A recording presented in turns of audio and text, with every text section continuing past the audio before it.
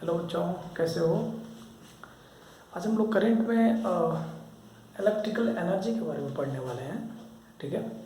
और आज का जो टॉपिक है वो है इलेक्ट्रिकल एनर्जी, फिर इलेक्ट्रिकल पावर, और फिर उसी को heating effect of electric current के फॉर्म में हम लोग कंसीडर करने की कोशिश करेंगे, एक रिलेशन निकालने की कोशिश करेंगे। ठीक है। तो चलिए हम लोग देखते हैं इलेक्ट्रिकल एनर्जी की बात करते हैं।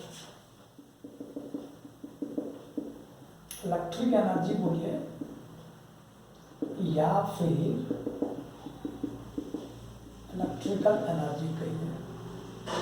अच्छा देखो, दोनों क्या है, सिंपली आपको इससे पहले भी बताया है कि जो एनर्जी है ना वो वर्क डन के करीब आता है। ठीक है। जो एनर्जी है वो क्या होता है, तुम्हारे वर्क डन के करीब आता है। ठीक है। अगर मान लो एनर्जी वर्क डन के करीब आ रहा है तो जो वर्क डन का फार्मूला है वही एनर्जी का होना चाहिए। ठीक है। क्योंकि जो यूनिट एनर्जी का है वही क्या होता है, वर्क डन का। तो अब यहाँ पर बात आता है क्या कि जो इलेक्ट्रिकल एनर्जी है उसको कैसे आप डिफाइन करेंगे। ठीक है। तो इलेक्ट्रिकल एनर्जी को डिफाइन कर सकते हैं सीधा सीधा। ठीक है। Electrical energy is equal to, अच्छा थोड़ा सा इसको पीछे लेके चलते हैं। आपने कहा पोटेंशियल जो होगा ये होता है वर्क डन अपॉन में चार्ज। ठीक है। और जो वर्क डन होगा वो क्या होगा, चार्ज इनटू पोटेंशियल के बराबर। अच्छा जो वर्क डन है वही उसके एनर्जी के करीब बनेगा।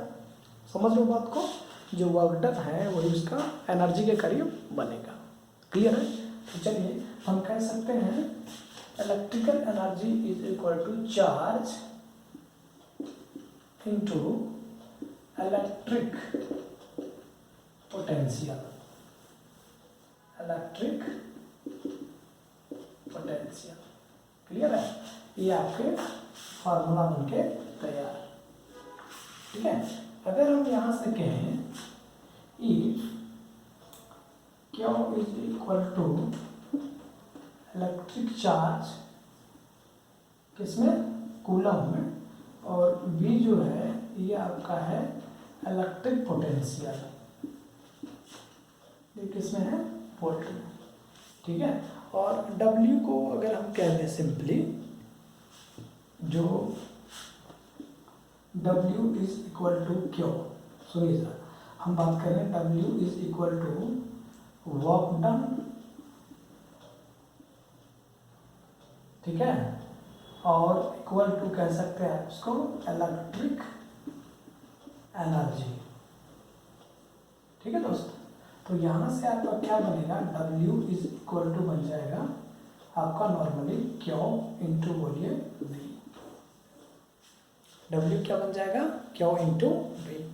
अगर W Q इंटू V बन जाता है तो आप यहाँ पर क्या कर सकते हैं, इसको ड्राइव कर सकते हैं। ठीक है। और ड्राइव कीजिए इसको, W is equal to Q into V।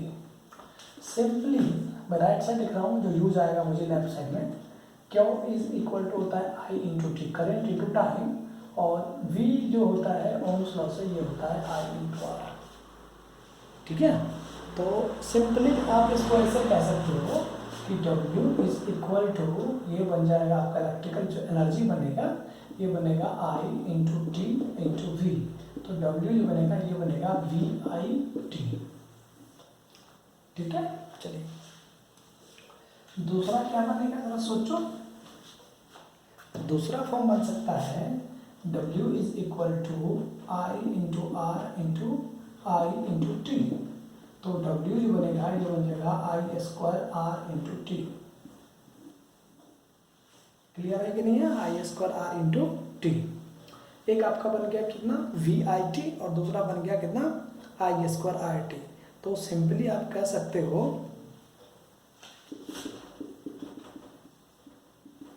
Electrical energy is equal to VIT is equal to I square RT। ठीक है। अब जब देखो तो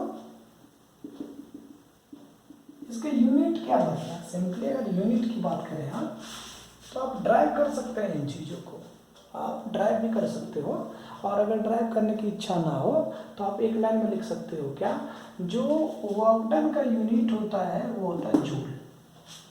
जो वर्क डन का यूनिट है क्या होता है, जूल। दोस्त अगर वर्क डन का यूनिट जूल है तो एनर्जी का यूनिट क्या बनेगा, क्योंकि वो तो वर्क डन के बराबर होता है। ठीक है, तो यहाँ पर क्या लिख सकते हैं, ऐसा unit of electric energy is joule, और जूल को किससे डिनोट करते हैं आप, जे से। क्लियर है। चलिए अब हम थोड़ा आगे की बात करने जा रहे हैं। ठीक है, सिंपली एक आता है इलेक्ट्रिक पावर की बात करते हैं। अच्छा यहाँ पर एक लाइन और लिख देना कि सिंपली अगर लिखिए तो इलेक्ट्रिक एनर्जी इज अ, अच्छा दिख रहा है ना, electric energy is a scalar quantity. Electric energy is a scalar quantity. Clear है कि नहीं। ठीक है, चलिए अब हम लोग थोड़ा नेक्स्ट की बात करते हैं। हम लोग बात करने जा रहे हैं इलेक्ट्रिक पावर की।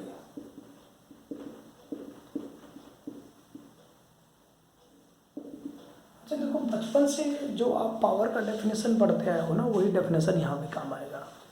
बचपन से आप पढ़ते आए हो कि जो पावर होता है वो होता है work done per unit time. ठीक है दोस्त, जो वर्क डन है वो होता है, जो पावर है work done per unit time.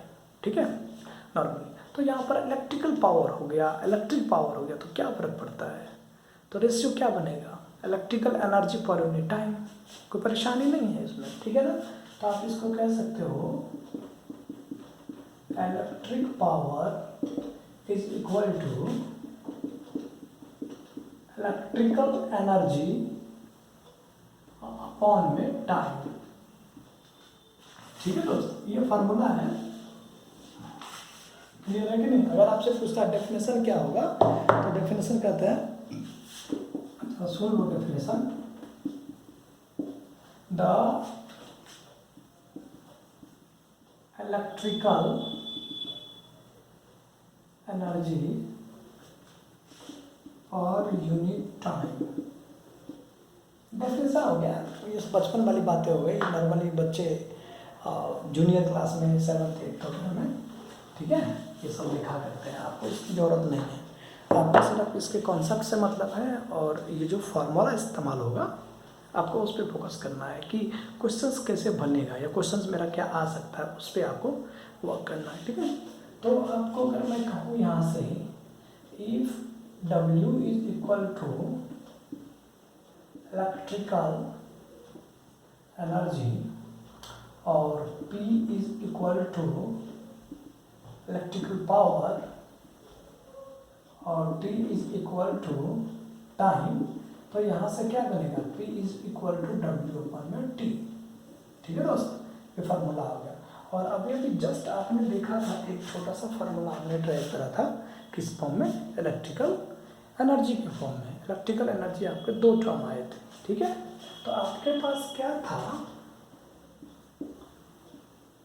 चलो फोकस करना, W is equal to VIT is equal to I²RT। यही था ना आपके पास।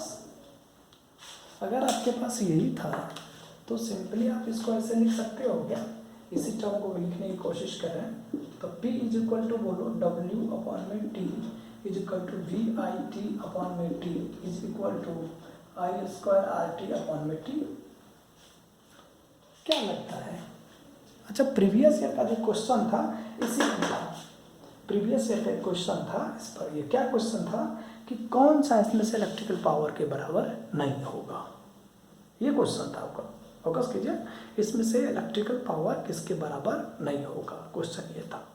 तो बच्चे क्या करते हैं ऑलमोस्ट, उनको पता होता है, बच्चे पूरा कन्फर्म क्वेश्चन नहीं देखते कि क्वेश्चन क्या कह रहा है, हमें फाइंड आउट क्या करना है, नहीं, वो ये देखता है कि इलेक्ट्रिकल पावर, अच्छा अच्छा अच्छा, तुरंत एकदम से अंतरात्मा को ध्यान में लगाते हुए, समझ रहे हो ना, एकदम अंतरात्मा को ध्यान में लगा के सीधा देखता, अच्छा VIT तो पढ़े थे हम लोग। भैया VIT नहीं पूछ रहा है ना आपसे, आपसे पूछ रहा है कि इसमें से इलेक्ट्रिकल एनर्जी कौन सा नहीं होगा। आपसे क्वेश्चन पूछ रहा है इसमें से कौन सा इलेक्ट्रिकल एनर्जी नहीं होगा, तो नहीं होगा पे ध्यान नहीं जाता है, वो सीधा एक लाइन में क्या कहता है, अरे अंतरात्मा को तृप्त एकदम शांति, भैया गलत हो जाएगा। तो आप यहाँ से फाइंड आउट कर लीजिए, तो आपके पास जो पावर बनेगा ये बन जाएगा क्या आपका VI, और ये जो पावर बन जाएगा ये बनेगा I²R। तुम्हारे मन में और भी विचार आएगा, जरूरी नहीं कि पावर ये दो ही बन सकते हैं, पावर और भी बन सकता है। पावर और बनने के लिए आप क्या करोगे, जरा देखो ये I² है, थोड़ा अलग हट के लिख देता हूँ मैं, ठीक है, I²। अब होता क्या है ना, आपको अगर मान लीजिए R की वैल्यू पुट कर दोगे V/I, तो V/I देखो तो फिर से वही, और R अगर I की वैल्यू लिखोगे तो क्या बनता है, आप यहाँ पर पुट करते चलिए, आपका फार्मूला ड्राइव होता चला जाएगा, कोई परेशानी नहीं होनी चाहिए इसमें, ठीक है। चलिए अब हम लोग नेक्स्ट बात करने वाले हैं इसका, अब जो इलेक्ट्रिकल पावर आप फाइंड आउट किए हो वो बन गया V/I और I²/R, ठीक है। अब सिंपली अगर हम बात कर लें थोड़ा, तो यहाँ पर आता है आपका कि SI यूनिट क्या बनेगा, SI unit of electric power, तो ये सिंपली वही होता है जो आप बचपन से पढ़े हो, वॉट, और क्या है देखिए जरा, इलेक्ट्रिक पावर इज अ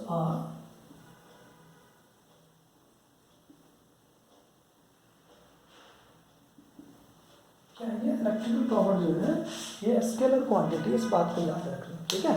और एक बात याद रखें आप, ये स्केलर के बारे में जानने के लिए बहुत बार आपको पढ़ा चुके हैं, इसमें क्या बनता है, इसमें मैग्नीट्यूड, ठीक है, और क्या होता है ये डायरेक्शन, ठीक है सर। तो जिसके पास मैग्नीट्यूड हो और डायरेक्शन नहीं हो, याद रखना है, उसको कहते हैं स्केलर क्वांटिटी, ठीक है।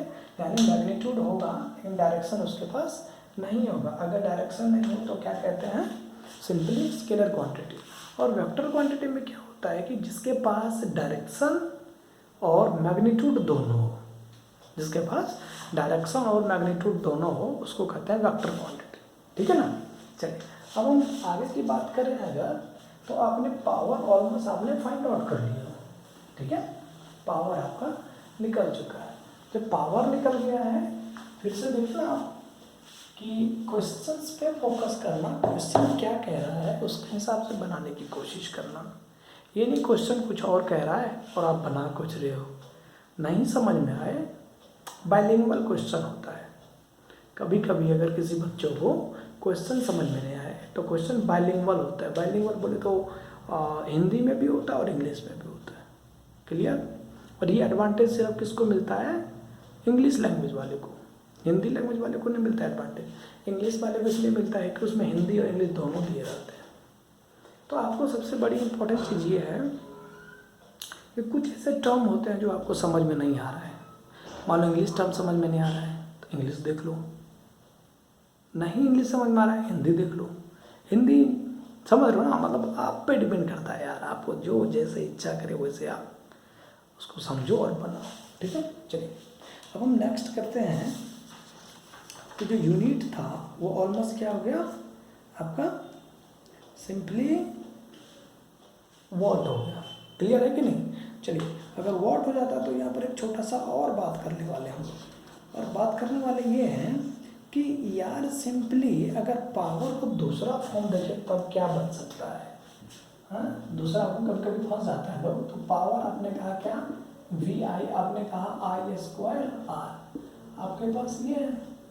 अब अगर हम बात करते हैं P = V होता है IR, मल्टीप्लाई करोगे तो देखो वही पावर बनेगा, बन रहा है कि नहीं बन रहा है, देखो तो है कि नहीं। तो आप इसको कह सकते हो कि सर I बराबर जो होता है ना वो होता है V/R, तो आप ऐसा कर लो ना, V इंटू कर लो V/R, तो पावर क्या बन गया V² R, तो ये भी एक फार्मूला बन गया, आप इसको वैसे लिख सकते हो V²R, ये क्या है आपका, ये पावर का ही एक फार्मूला है, ठीक है। यानी सिंपली आपके सामने कितने फार्मूले बनेंगे पावर के? 3 फार्मूला बने दोस्त। 3 में आपके कहता है वी आई, दूसरा होता है आई स्क्वायर आर, और जो थर्ड होता है होता है वी स्क्वायर अपॉन में आर। ठीक है, आप सिंपली देखो अब कब कौन सा यूज होगा, हम इसकी बात कर लें। इसमें से कब कहाँ पर यूज होगा, न्यूमेरिकल्स या फिर आपके कंसेप्चुअल भी करते हैं। इसकी बात करेंगे अलग, इसकी बात करेंगे अलग, इसकी बात करेंगे अलग। ठीक है, तो आप इसका इस्तेमाल करेंगे when current and potential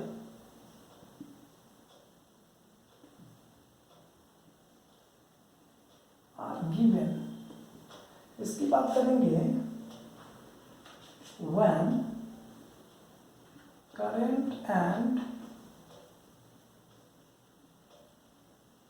resistance are given, और इसकी बात अगर करो तो कहते हैं when potential difference and resistance are given। Simply अगर हम बात करें तो आपके कितने फार्मूले आ गए? 3 फार्मूला। तो हमने अलग अलग टर्म्स में दे दिए कि किसको कहाँ पर यूज़ करना है। तो आपने देखा कि जो करंट और अगर पोटेंशियल हो तब हम ये इस्तेमाल कर लेंगे, और करंट और रेसिस्टेंस हो तो ये इस्तेमाल होगा, और पोटेंशियल और रेसिस्टेंस हो तो ये फार्मूला इस्तेमाल हो जाएगा। क्लियर है कि नहीं है? आपके मन में आएगा कि सर अब डब्ल्यू को अगर हम ई लिख दें तो कोई दिक्कत, कोई तकलीफ नहीं। डब्ल्यू को ई लिखिए, आप आपकी मर्जी है, आपको जो मन करे वो लिख दीजिए। ठीक है, चलिए। अच्छा, एक और बात करते हैं। सिंपली आपके सामने क्वेश्चन है। क्वेश्चन ये है कि what will be the current drawn by electric bulb of 40 watt when it connected to the source of 220 volt। ठीक है दोस्त, आपके सामने क्वेश्चन है और उसमें आपको क्या क्या डेटा गिवन है उसकी बात कर लीजिए। तो आप यहाँ से कह सकते हैं सर हमें यहाँ पर मिल गया और ये डेटा मिल गया।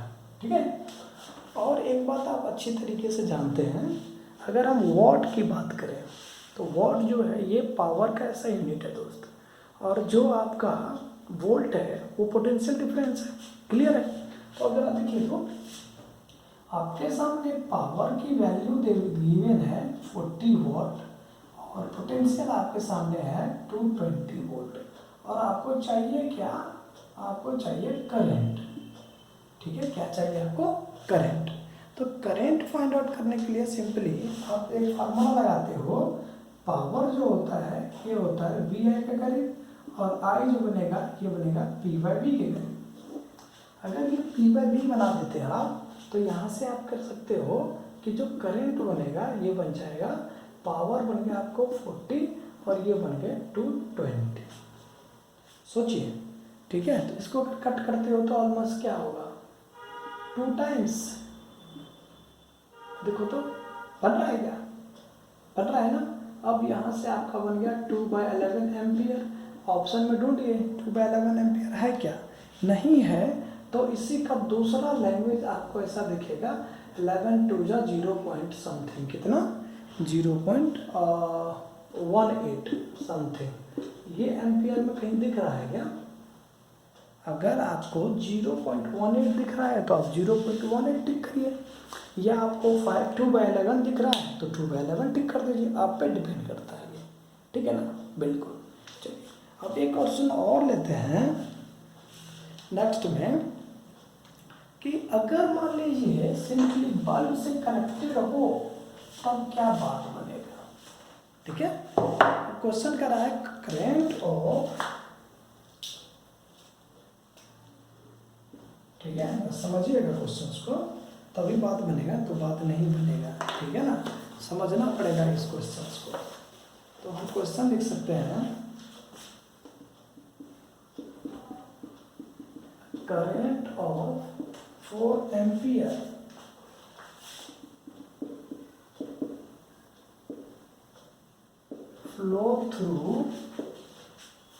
वोल्ट, जब ज़्यादा हो जाएगा नहीं 12 कर लो, 12 volt flow through 12 volt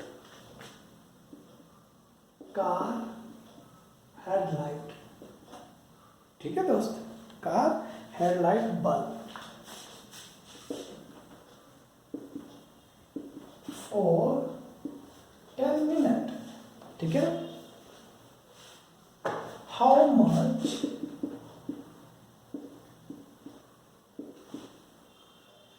energy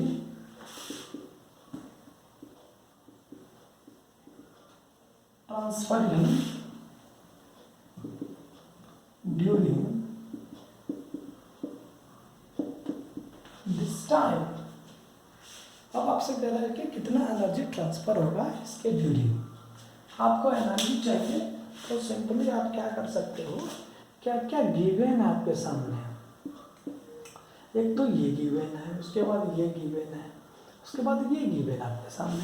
ठीक है, तो आप यहाँ से कह सकते हो सर जो करंट है वो आपका 4 एम्पियर का है और पोटेंशियल जो है ये आपका 12 वोल्ट है और जो टाइम है ना सर ये 10 मिनट है। तो बच्चा एक बार बताओ दो, अगर टाइम आपको मिनट में दिया है तो कोई यूनिट बन रहा है क्या? नहीं ना, मेरे हिसाब से नहीं बन रहा है, अगर आप विद्वान हो तो बताना। ठीक है, तो सिंपली हम ये कह सकते हैं कि जो हमें यूनिट्स लेने हैं वो ऑलमोस्ट हमें क्या लेना है, एसआई के फॉर्म में। ठीक है दोस्त, अब आपने एसआई के फॉर्म में अपने ले लिया। ठीक है, तो एसआई यूनिट में जो टाइम का जो यूनिट है वो तो सेकेंड होना चाहिए। तो यहाँ पर आप क्या कीजिएगा, इसको कन्वर्ट कर दीजिए। ठीक है, 1 मिनट में कितना, 60 सेकेंड। ठीक है सर, तो अब यहाँ से बन जाएगा, आपको निकालना क्या है, how much energy transferring. Energy निकालना है, energy is equal to W is equal to बनेगा VIT। फॉर्मूला लगाइए सर, पढ़े थे ना भी जस्ट। ठीक है, तो यहाँ से एनर्जी क्या बनेगा, पोटेंशियल आपका बन गया 12, आई की वैल्यू हो गया 4 और ये बन गया 10 गुना 60। अब एनर्जी को आप मल्टीप्लाई करिए, कितना बन जाएगा ये, सिंपली मल्टीप्लाई करिए और आंसर लिख दीजिए। 2 जीरो तो पहले ही आ जाएगा और 2 8 8 समथिंग है, जरा मल्टीप्लाई कर लेना कितना आ रहा है, 28800 आ रहा है ना, बिल्कुल अपना मल्टीप्लाई कर लेना जूल।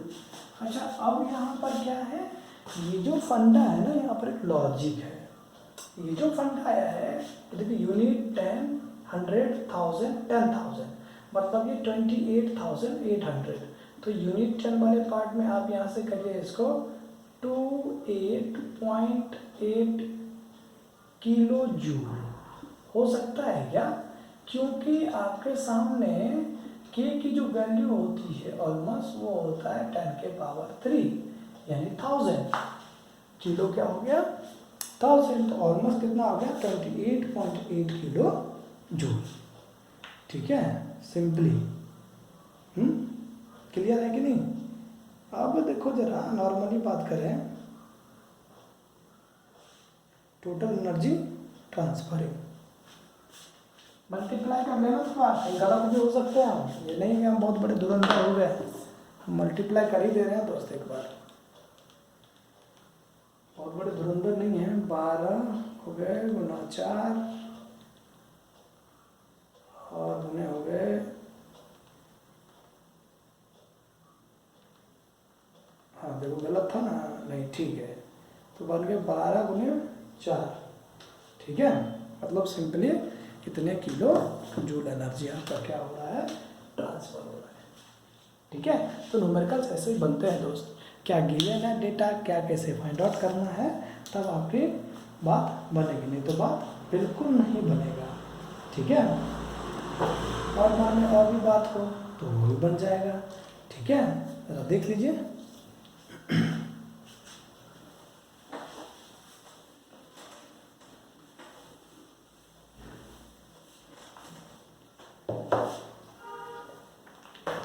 चलिए, अब यहाँ पर एक क्वेश्चन है कि मान लो सपोज 2-3 लैंप को एक साथ आप कनेक्ट कर देते हो, तब की क्या बात बनेगी। क्वेश्चन आपका है समझना, 2 लैम्प, ठीक है दोस्त, 1 रेटेड, फोकस करना, 2 lamp 1 rated 100 volt at 220 volt and other 60 watt at 220 volt. ठीक है दोस्त, अब ये कहता है कि आर कनेक्टेड इन पैरेलल, बहुत बढ़िया, आर कनेक्टेड इन पैरेलल, बहुत बढ़िया, ठीक है। अब किससे कनेक्ट है? Eight 220 volt supply. क्वेश्चन लिया हूं मैं, व्हाट करंट इज ड्रॉन, ऐसा कर देता हूं मैं, व्हाट करंट इज ड्रॉन, ठीक है, फ्रॉम द सप्लाई लाइन।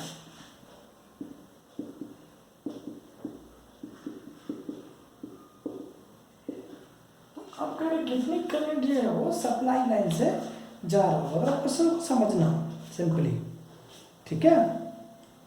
आपका है 2 lamp 1 rated 100 watt at 220 volt and other 60 watt at 220 volt, ठीक है, are connected in parallel to a 220 volt supply, what current is drawn from the line. अब इनको देखते हुए आपके मन में एक विचार आएगा, मैं बार बार आपको बोलता हूँ, अगर आपके मन में कोई विचार है तब विचार आएगा, नहीं तो विचार नहीं आएगा कि विचार क्यों नहीं है, समझ रहे बात को। तो हम लोग नॉर्मली इसको बनाने की कोशिश करते हैं, ज़रा फोकस कीजिए। अब ये क्या हो सकता है,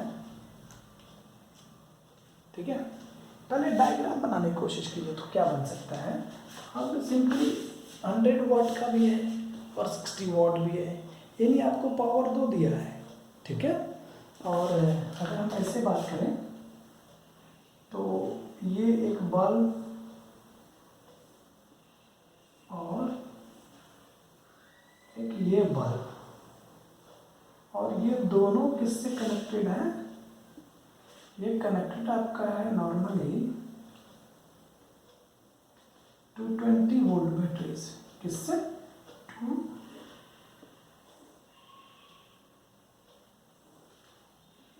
देखिए जरा 220 वोल्ट। तो यहाँ पर आप ऐसे कर सकते हो सर, इसको ना आप कर दीजिए 2 और 20 वोल्ट, तो ये हो गया आपका प्लस, तो ये है माइनस, ठीक है सर।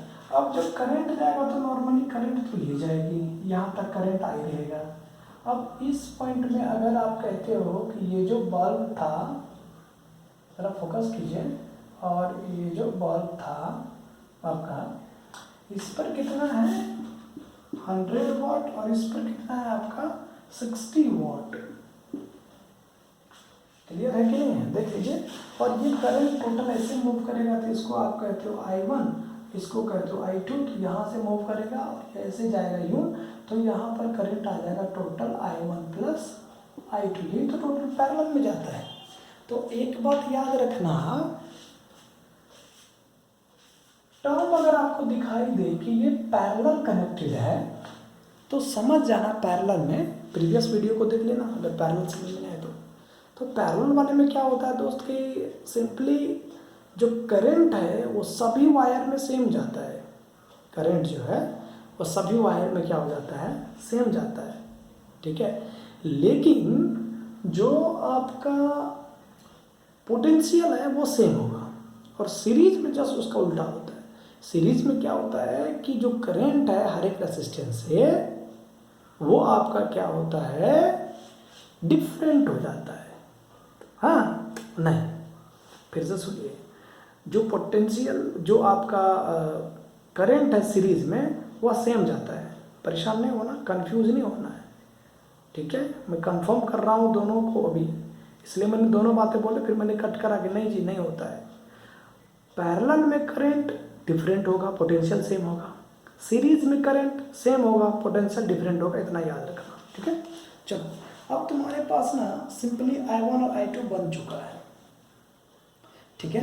तो नॉर्मली आप यहाँ से कहते हो सर P1 अगर हम इसको मान लें 100 को, तो ये हो सकता है 100 वाट, और अगर V1 की बात करें तो ये है 220 वोल्ट, और P2 की वैल्यू जो है ये आपका है 60 वाट, और V2 की वैल्यू कितना है 220 वोल्ट। से पढ़ाई कर रहे हैं तो नॉर्मली यहाँ से क्या बनेगा, P इज इक्वल टू होता है VI फार्मूला से। तो अगर फार्मूला से P इज इक्वल टू होता है VI, तो इस सिचुएशन में आप क्या कर सकते हो, आपको निकालना है करंट, तो वही बनेगा P बाय V। तो current I1 is equal to P1 by V1। तो यहाँ से हम कह सकते हैं I1 इज इक्वल टू 100/220, ठीक है सर, 100/220, यानी ये बन जाएगा आपका 0.454 एम्पियर। याद रखना 0.54 एम्पियर, ठीक है। और यहाँ से जो करंट आएगा I2, ये बनेगा आपका कितना, यानी P2 बाय V2, इसी फार्मूला से ले रहा हूँ मैं। तो यहाँ से बनेगा 60/220। अब 60/220 करोगे तो ये आएगा 0.273 एम्पियर। अब आपको चाहिए अगर मान लो कि नेट करंट कितना, क्योंकि आपसे कह रहे हैं सप्लाई से करंट कितना जाएगा, तो हम यहाँ से कहते हैं नेट करंट। आई किसके करीब है जरा देखो तो, आई जो है ये आपका है I1 प्लस I2, आई जो है अब ये बन जाएगा 0.454 प्लस 0.273। अब ये आपका क्या बन गया, एम्पियर, ठीक है। तो अब यहाँ से आई क्या बन जाएगा आपका, इसको ऐड कर दीजिए, बन के तैयार हो जाएगा। तो ऐड करोगे तो ये बन जाएगा 0.727 एम्पियर। तो नेट करंट इस पोटेंशियल से कितना सप्लाई हो रहा होगा, ये हो रहा होगा आपका 0.727 एम्पियर। क्लियर है कि नहीं है, ठीक है। चलिए अब एक बात और कर लेते हैं, एक छोटा सा क्वेश्चन और लेते हैं, उसी टाइप को आपको समझाने की कोशिश करें हम, ठीक है। वैसे बहुत आसान होता है, जो करंट का क्वेश्चन है ना वो बहुत आसान होता है, आप थोड़ा सा फोकस करें तो।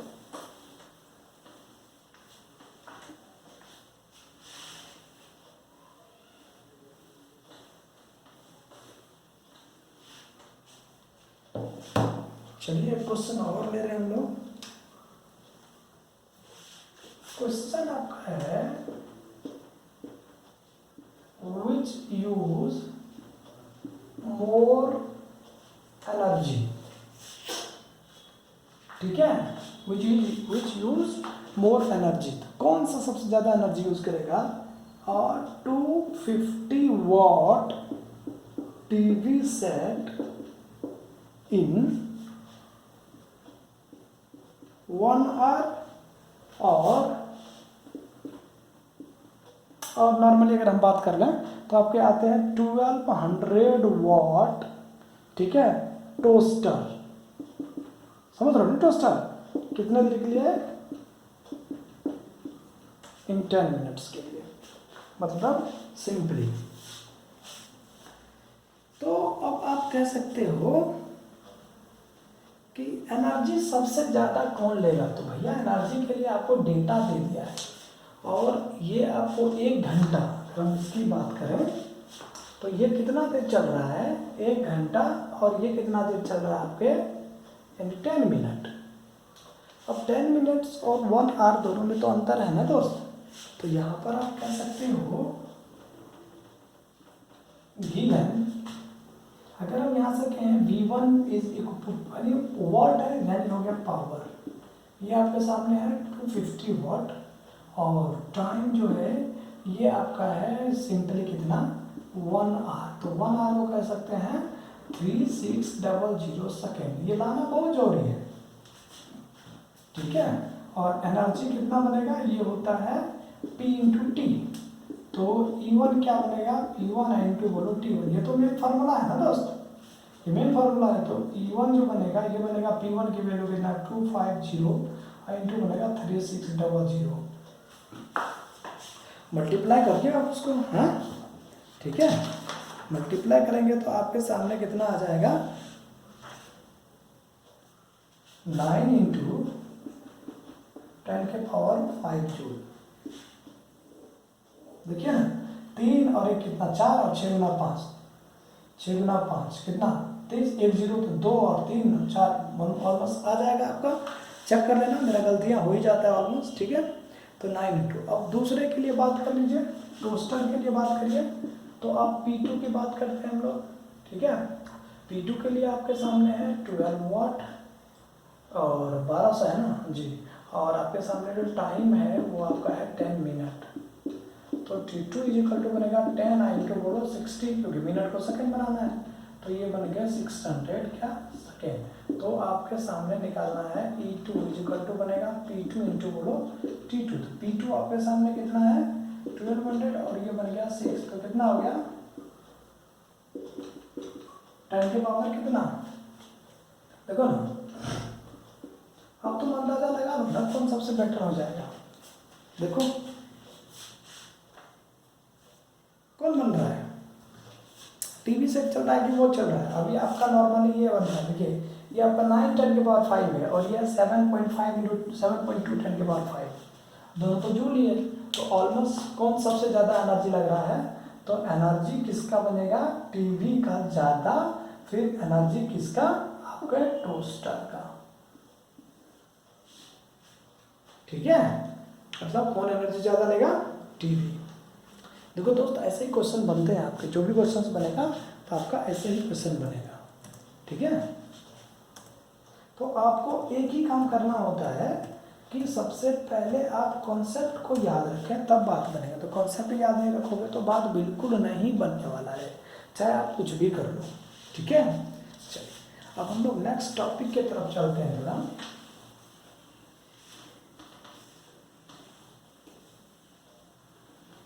आपका जो नेक्स्ट टॉपिक है यह heating effect of electric current. Focus करना, heating effect of electric current, heating effect of electric current का टॉपिक है, ठीक है दोस्त। होता क्या है, मतलब नॉर्मली हीटिंग इफेक्ट है क्या, देखो ये वायर है नॉर्मली, और वायर से जब करंट जा रहा है ऑलमोस्ट तो रेसिस्ट करेगा, और उसकी वजह से जो इसमें हीट जनरेट होती है उस वायर में, उसी को बोलते हैं heating effect of electric current, ठीक है।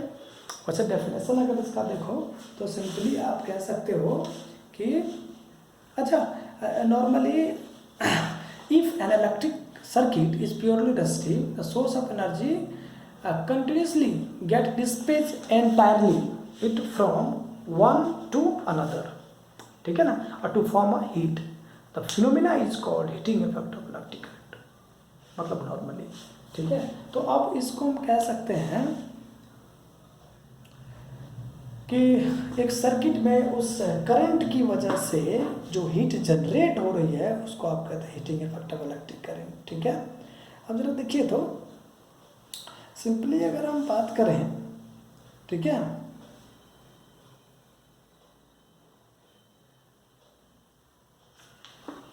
डेफिनेशन लिख देता हूं मैं, रीजेनरेशन ऑफ, देखिए जरा,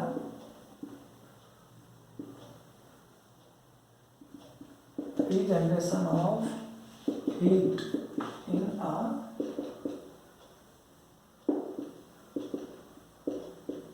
resistance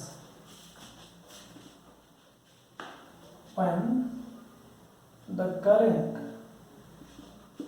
is flowing through it is called heating effect of electric current, इसी को बोलते हैं हम लोग क्या, heating effect of electric current, ठीक है। तो सिंपली होता क्या है, ये वर्क डन के करीब हो जाता है, ठीक है। अब नॉर्मली अगर देखा जाए तो क्या होता है कि कैरेक्टरिस्टिक्स होते हैं इसके, ठीक है। चलो मैं इसका कैरेक्टरिस्टिक्स की बात कर लेंगे, ये समझना ज़्यादा जरूरी की बात नहीं है, ये आपका काम की चीज़ है। Characteristics of heating effect of electric current. अब इसके कैरेक्टरिस्टिक्स की बात करते हैं, तो इसके कैरेक्टरिस्टिक्स क्या बनेंगे। इसका जो कैरेक्टरिस्टिक्स बनेगा सबसे पहला कि it should have moderate, it should have moderate resistivity, ठीक है ना, मॉडरेट रेसिस्टिविटी। दूसरा जो होता है it has high melting point, इसके पास क्या होता है, मेल्टिंग पॉइंट बहुत ज़्यादा होता है, ठीक है। और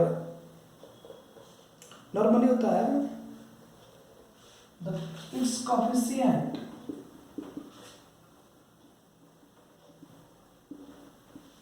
ऑफ थर्मल एक्सपेंशन, थोड़ा समझना है इसको कि it's coefficient of thermal expansion should not be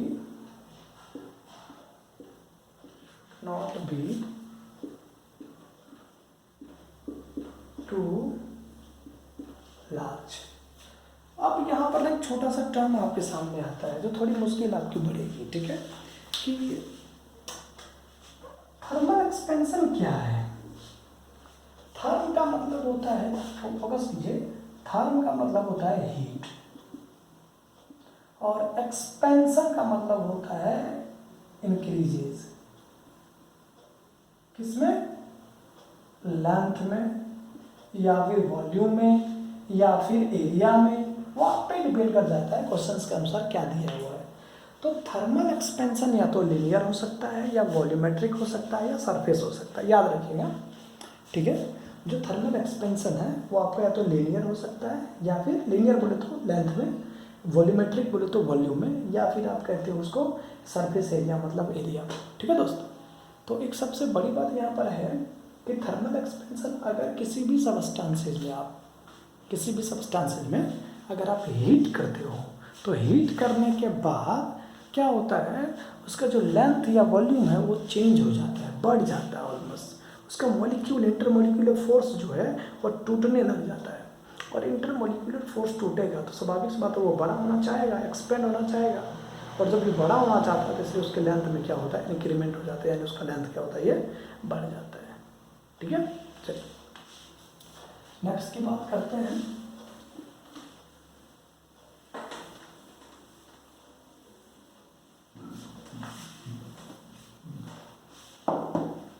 अब heating effect of electric current को दूसरे लैंग्वेज में हम लोग कहते हैं क्या, यानी एनर्जी। एनर्जी किसके करीब, पी इंटू टी के करीब, तो ई किसके करीब, I square R T is equal to V I T is equal to, और आपसे अगर चाहिए तो आप बना सकते हैं इसको, ठीक है, पुट करते रहिए वैल्यू और बनाते रहिए, ठीक है, सिंपली। और अगर हम नेक्स्ट की बात कर रहे थोड़ा, अब नेक्स्ट में आपका आता है क्या कि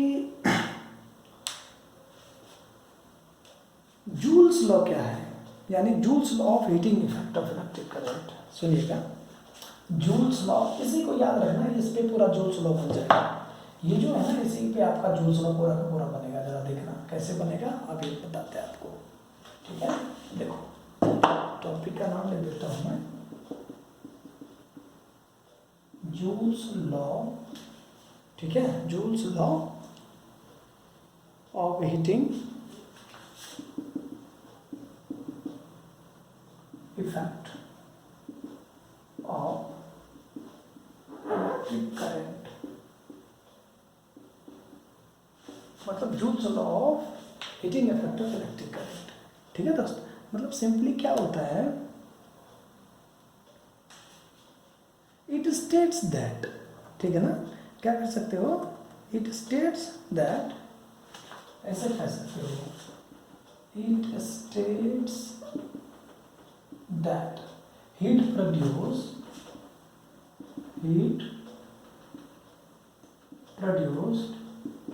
in the resistor is, अब रेसिस्टर की बात कर दिया, हीट प्रोड्यूस की बात कर दिया, हीट को तुमने मान लिया H, तो simply H is directly proportional current का स्क्वायर, ठीक है सर, और H directly proportional R, H directly proportional हो गया टेम्परेचर एंड T टाइम, और नॉर्मली इसी को कहते हो H directly proportional I square R into T. हमने कहा था ना कि यही आपका क्या बन जाएगा, heating effect of electric current किसका, जूल्स का, ठीक है। देखो ना, और तो नॉर्मली आप इसको अगर करते हो तो क्या बनेगा, H इज इक्वल टू के और I स्क्वायर आर टी, और हम यहाँ पर के को कहते हैं क्या, कांस्टेंट, ठीक है दोस्त, और ये 1 लेते हो तो H किसके करीब बन गया, I स्क्वायर आर टी करीब, समझ रहे हो। अब ये 1 क्यों लिए हो, क्योंकि हीट अगर मान लो 1 जूल ले लो, हीट कितना लिया 1 जूल, और करंट कितना लिया 1 एम्पियर, टाइम लिए 1 सेकेंड, और आपके सामने आर लिए 1 ओम, तो ये सब वैल्यू पुट करो यहाँ पर, देखो के की वैल्यू 1 आ रहा है कि नहीं आ रहा है, तो के की वैल्यू कितना आ जाएगा 1, और के की वैल्यू 1 आ रहा है, हमने पुट की है और क्या निकाल दिया एच की वैल्यू, ठीक है, क्लियर है कि नहीं। सिंपली अब यहाँ पर ना छोटी छोटी बात आती है कि अब हम बात करते हैं कुछ ऐसे डिवाइस का जो यूज़ किया जाता है जहाँ पर, जैसे इलेक्ट्रिक बल्ब की बात करें, अब एप्लीकेशन की बात कीजिए इसमें, तो एप्लीकेशन क्या आएगा, हीटिंग इफेक्ट ऑफ करंट का, जरा देखना, एप्लीकेशन ऑफ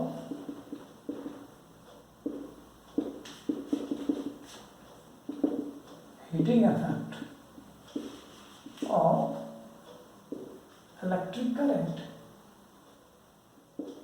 क्या बनेगा, मतलब एप्लीकेशन का मतलब होता है एडवांटेज, एडवांटेज का मतलब होता है यूजेज, कहाँ कहाँ आप करते हैं इसको, ठीक है, तो आप इसको कह सकते हैं कहाँ पर, इलेक्ट्रिकल फिलामेंट,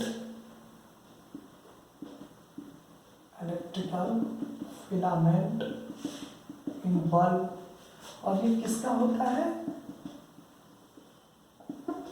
टंगस्टन का, याद रखना है। दूसरा जो यूज होगा ये होता है हीटर, हीटर में क्या होता है, नाइक्रोम होता है दोस्त, ठीक है, और जो तीसरा अगर आता है सिंपली तो आप कहते हैं इलेक्ट्रिक फ्यूज, ठीक है, इलेक्ट्रिक फ्यूज। अब electric fuse is also known as, इसको आप दूसरे लैंग्वेज में क्या कहते हो, सेफ्टी डिवाइस, और ये होता कैसा है, ये जो सेफ्टी डिवाइस है इसकी बात करें तो इस तरह से ना एक मेटल का यूं इस तरह लगा होता है, इस तरह से आपका ये, तो ये क्या है, मेटल एंड्स, ठीक है दोस्त, मेटल का एंड होता है, और इसके बीच में क्या होता है, कंप्लीटली ये ग्लास का ऑलमोस्ट बना होता है, ठीक है, ग्लास ट्यूब बोलते हैं, और यहाँ से क्या होता है, एक वायर इस तरह का कनेक्टेड होता है, ठीक है, और जिसका मेल्टिंग पॉइंट क्या होता है, नॉर्मली लो होता है, क्या होता है, low melting point, low melting point होता है इसके पास, ठीक है, याद रखना इस बात को, लोग ज़्यादातर इसमें फंस जाते हैं। ये सब किसकी बात चल रही थी, ये इलेक्ट्रिक फ्यूज का। इलेक्ट्रिक फ्यूज एक सेफ्टी डिवाइस है जिसका मेल्टिंग पॉइंट, बीच में वायर कनेक्टेड होता है, 2 मेटल एंड्स लगे होते हैं, ठीक है, मेटल स्ट्रैप बोलते हैं इसको, स्ट्रैप, STRAP कर दो। अब 2 मेटल स्ट्रैप लगा होता है, ठीक है, अब 2 मेटल स्ट्रैप में क्या होता है कि जैसे ये कनेक्टेड हुआ तो यहाँ पर मेटल और मेटल बीच से वायर कनेक्टेड होता है, इसलिए करंट को आसानी से पास करने दे देता है, ठीक है, और ये करंट, ये जो वायर है ना, ये जो मेटल लगा होता है ना, ये मेटल वायर का जो मेल्टिंग पॉइंट है ये बहुत ही कम होता है। अच्छा एक बात और क्या है, जो फ्यूज़ है ना वो ऑलवेज कहाँ कनेक्टेड होता है आपका, सीरीज में, याद रखना इस बात को, fuse is always connected in series. ये बात याद रखना, फ्यूज जो है वो ऑलमोस्ट किस में कनेक्टेड होता है, ये सीरीज में होता है, ठीक है। किसके साथ, विथ लाइव वायर, ठीक है। अब ये लाइव वायर की बात करते हैं। अब तुम्हारे पास ये समझ में नहीं आएगा लाइव वायर क्या होता है, तो हम बात करेंगे थोड़ा चैप्टर 13 का, मैग्नेटिज्म वाला पार्ट जब करेंगे तो उसमें कंप्लीट वायर के ग्राउंडिंग के बारे में हम लोग पढ़ेंगे चैप्टर 13 में, ठीक है। अभी फिलहाल जानना है आपको कि हम लाइव वायर की बात करते हैं, और लाइव वायर ऑलमोस्ट क्या होता है आपका, पॉजिटिव होता है, इसके साथ पॉजिटिव के साथ कनेक्टेड होता है, ठीक है। 3 तरह के वायर इस्तेमाल किए जाते हैं इलेक्ट्रिक सर्किट में, या फिर आपके जो ऑलमोस्ट घरों में जो वायर लगते हैं उसमें, ठीक है। लाइव वायर, न्यूट्रल वायर, और एक होता है आपका अर्थिंग, ठीक है। तो ये जो होता है ये पॉजिटिव होता है, ये ऑलमोस्ट कैसा कलर में होता है, ये लाइव वायर जो होता है ये रेड कलर में होता है। लाइव वायर पॉजिटिव होता है और ये क्या होता है, रेड कलर में होता है। क्लियर है कि नहीं, ठीक है। अच्छा, अब इसके बाद की अगर हम बात कर लें थोड़ा, तो अब आपका है commercial unit of electric energy, ठीक है। मतलब देखिए commercial unit of electric energy, commercial unit of electric energy. तो ये होता है 1 यूनिट किसके करीब होता है, ऑलरेडी हम वर्क पावर एनर्जी में पढ़ाए थे 1 किलोवाट आवर। ज़्यादा मैं चर्चा नहीं करूँगा इसमें क्योंकि ऑलमोस्ट ये पढ़ा चुका हूँ मैं, ठीक है। और इसलिए किसके करीब होता है, 3.6 × 10⁻6 जूल के करीब होता है। इसलिए मैंने कहा मैं इसका ज़्यादा चर्चा नहीं करूँगा, मैं ऑलमोस्ट वर्क पावर एनर्जी वाले पार्ट्स में मैंने इसको क्लियर कराया। अगर आपको डिटेल्स में जानना है इस चीज़ को तो आप वर्क पावर एनर्जी वाले लेक्चर वीडियो को देखें, आप कंप्लीटली समझ में आ जाएगा आपको, ठीक है। तो अब क्या होता है दोस्त, इस तरह से आपका ये चैप्टर हो जाता है कंप्लीट, ये चैप्टर आपका हो गया फिनिश, ठीक है। तो इसमें सबसे जो मेन चीज़ है आपका, एक थोड़ा सा आपको सेफ्टी डिवाइस के बारे में जानना है, कहाँ कनेक्टेड होता है, कैसे होता है, heating effect of electric current. तो एवं प्रकार से मैंने आपको थोड़ी थोड़ी न्यूमेरिकल्स भी बनाने की कोशिश की है इसमें, कि न्यूमेरिकल्स भी आप तक पहुँचा दूँ, ठीक है। और ऑलमोस्ट मैंने आपको चैप्टर का पूरा डिटेल्स बता दिया है।